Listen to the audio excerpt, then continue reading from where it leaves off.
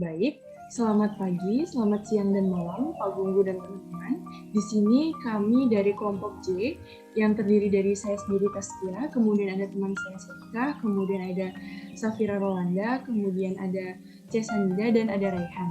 Pada kesempatan kali ini kami akan mempresentasikan mengenai analisis Breadmark case pada chapter 12, yaitu pada case ini kita diminta untuk mendesain terkait analisis fraud detection technique yang dapat digunakan pada analisis kasus Breadmark ini. Baik, untuk yang pertama yaitu di sini saya akan menjelaskan mengenai teknik mengenai payment to fictitious vendor.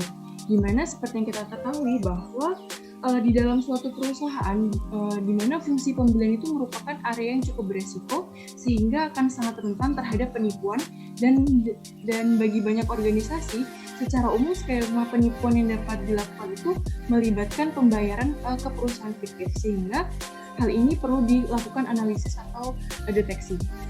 Untuk yang pertama, di sini kami akan memeriksa mengenai sequential invoice number. Baik, untuk praktik pada ACL-nya di sini kita ke bagian table sales invoice, kemudian kita lakukan relate table.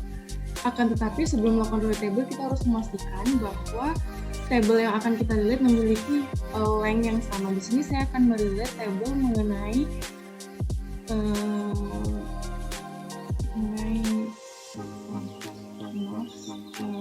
bagian invoice number, kemudian kita akan relate dengan table pada vendor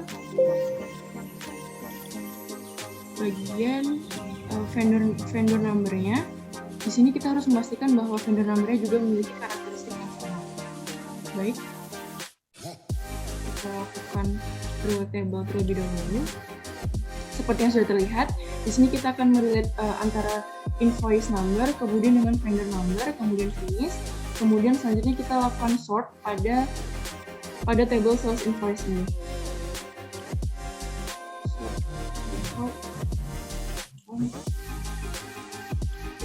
Vendor.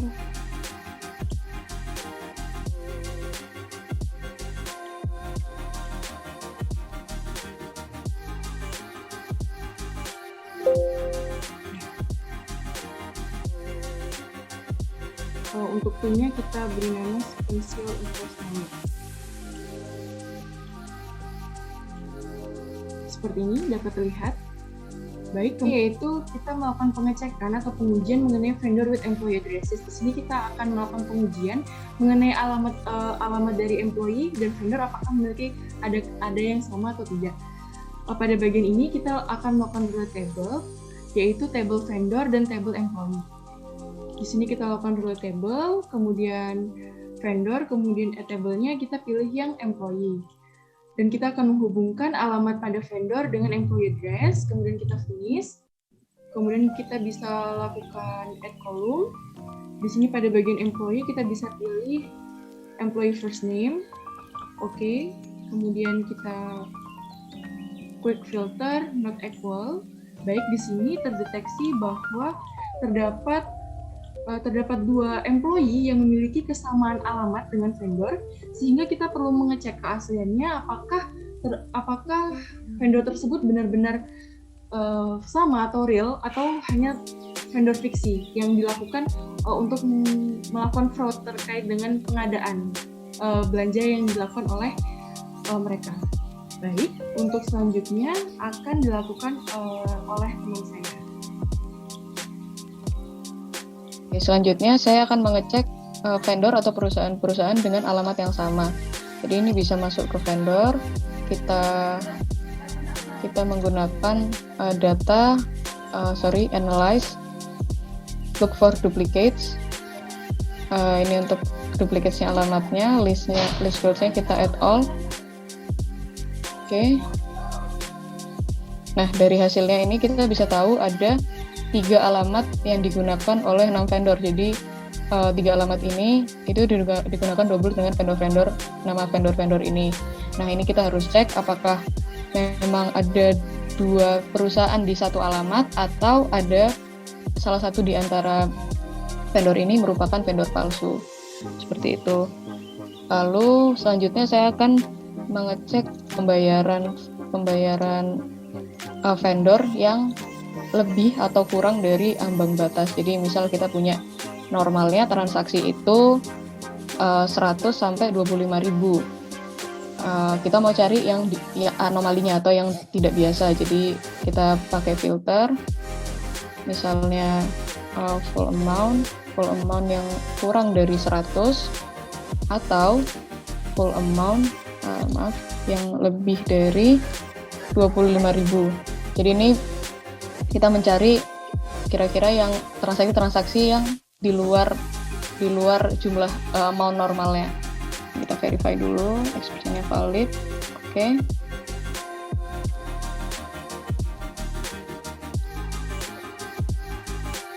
Oke, mungkin kita ganti ambang batas bawahnya jadi 0 karena ini ternyata masih banyak transaksi yang jumlahnya sedikit. Nah, ini berarti kita misal memiliki ambang batas 0 sampai 25.000. Jadi di bawah 0 itu nggak normal, di atas 25.000 juga nggak normal. Kita cek, ini ada 6 transaksi. Nah, ini kita harus cek apakah ini emang transaksinya benar seperti ini atau ada sesuatu. Ini ada 31.000, 37.000, apakah ini benar transaksinya emang segini. Oke, selanjutnya ACL ini juga bisa kita apabila mau lihat purchase order, misal kita mau lihat berapa kali kita pernah beli di vendor ini, jadi pengelompokan tiap vendornya untuk memudahkan analisis. Kita bisa pakai classify, kita klasifikasikan menggunakan vendor number, jadi subtotalnya mungkin kita pakai cost, X cost, full cost, quantity, oke.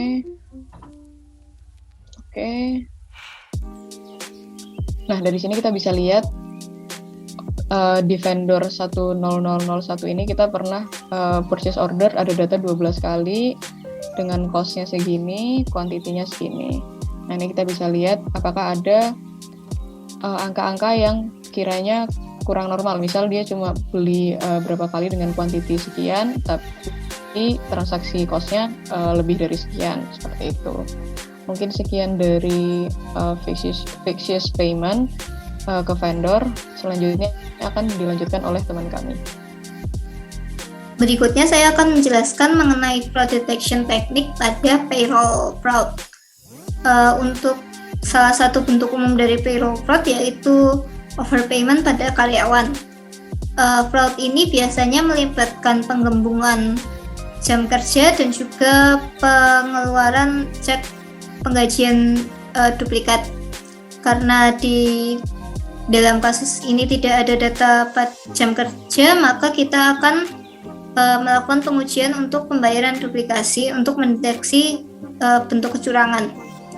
Di sini kita akan menggunakan fungsi duplicate pada ACL.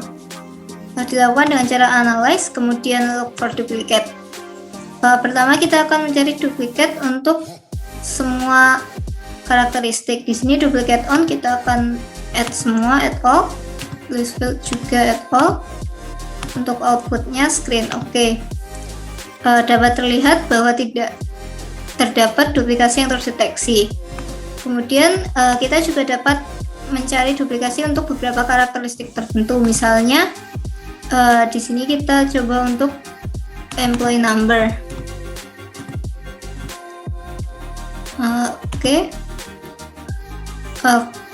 Dapat lihat lagi di sini bahwa untuk karakteristik employee number juga tidak terdapat duplikasi yang terdeteksi. Kemudian mungkin untuk karakteristik yang lain kita coba di sini phone number.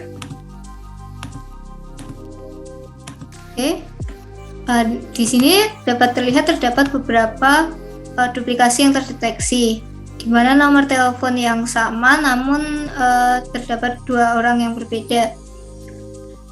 Oleh karena itu kita perlu untuk mencari tahu dan juga menyelidiki apa yang terjadi karena kemungkinan terdapat payroll fraud di sini. Namun tidak semua data yang terduplikasi merupakan fraud. Beberapa data dapat terverifikasi secara natural, misalnya individu yang tidak terkait sama sekali yang kebetulan memiliki nama yang sama. Namun hasil dari pengujian duplikasi ini akan memberikan dasar bagi auditor untuk peninjauan lebih lanjut apakah benar terjadi fraud atau tidak. Mungkin sekian untuk fraud detection teknik untuk payroll fraud. Selanjutnya akan dilanjutkan oleh teman saya. Baik, selanjutnya saya akan menjelaskan mengenai fraud detection teknik tentang lapping account receivable. Nah, lapping sendiri sudah dijelaskan pada bab sebelumnya. Ini mengenai pencurian cek pelanggan yang diterima dalam pembayaran di rekeningnya. Nah, dengan lapping ini akan ada potensi penggelapan uang yang ternyata konsumen sudah mengirim uang namun belum diterima oleh perusahaan. Nah, di sini saya akan menggunakan metode open invoice untuk penerapan di ACL. Nah, yang pertama itu kita akan mengeklik data, lalu klik relatables, lalu menghubungkan sel invoice dengan cash receipt.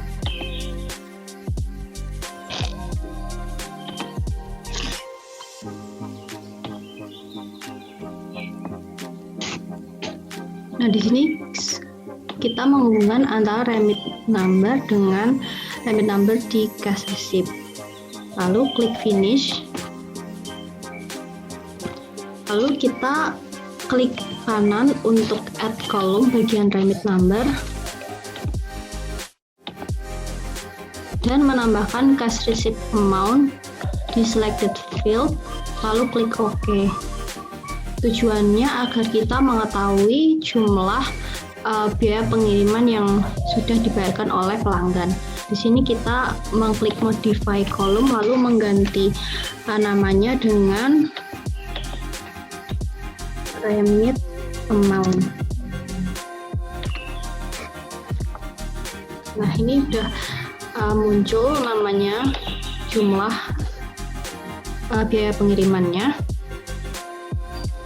Nah, selanjutnya kita akan menambahkan kolom lagi untuk mengetahui selisih antara amount due dan remit account. Di sini kita mengklik expression amount due.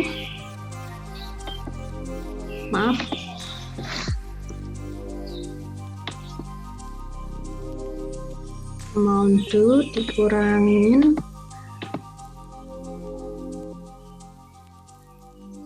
cash receipt amount. Nah, tujuannya agar kita mengetahui jumlah pembayaran yang sudah dibayarkan oleh pelanggan dan kekurangan bayarnya.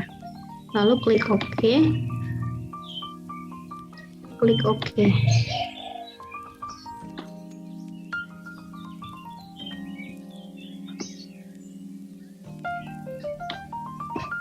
Nah, di sini sudah muncul di kolom berikut jumlah kurang bayar atau lebih bayar oleh pelanggan. Nah, untuk 0 ini berarti tidak ada tagihan yang perlu dibayarkan oleh pelanggan karena sudah lunas.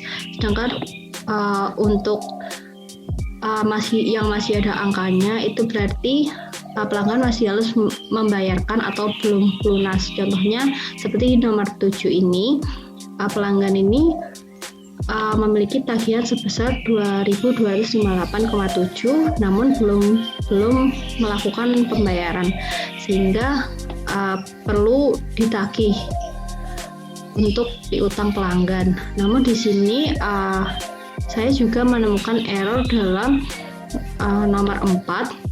Di sini tagihan pelanggan yang harus dibayar itu sebesar 27.866 dan di remit amount-nya 278.660. Di sini menunjukkan error karena pelanggan membayar lebih dari tagihannya. Saya berasumsi bahwa di sini ada kesalahan pencatatan dalam menulis remit amount. Nah, untuk yang selanjutnya kita lakukan adalah dengan cara setelah kita melakukan membuat kolom amount due min cash receipts amount adalah dengan cara melakukan analysis look for duplicates. Nah, dari sini kita pilihkan toolnya screen, kemudian mainnya adalah duplicates on-nya kita pilih amount due minus cash receipts. Nah, untuk list field-nya sendiri kita buat 3. Yang pertama dan memantaunya, yang pertama adalah customer number, kemudian invoice number, dan yang ketiga adalah remittance number. Nah, setelah ketiganya oke, dan muncullah data-data seperti ini. Total terdapat 230 duplikat. Nah, dari duplikat ini sendiri bisa dilihat untuk yang expression-nya 0, remittance-nya sangat banyak hingga pada 269 remittance-nya 0. Nah, dari hal ini dapat diketahui bahwa tidak terdeteksi sama sekali, tidak terdapat lapping sama sekali pada sales invoice. Nah, untuk saat ini berarti tidak ada itu, namun harus tetap diwaspadai pada beberapa dikarenakan terdapat beberapa nomor yang sama di mana customer-nya sama namun invoice-nya berbeda. Sebagai contoh itu adalah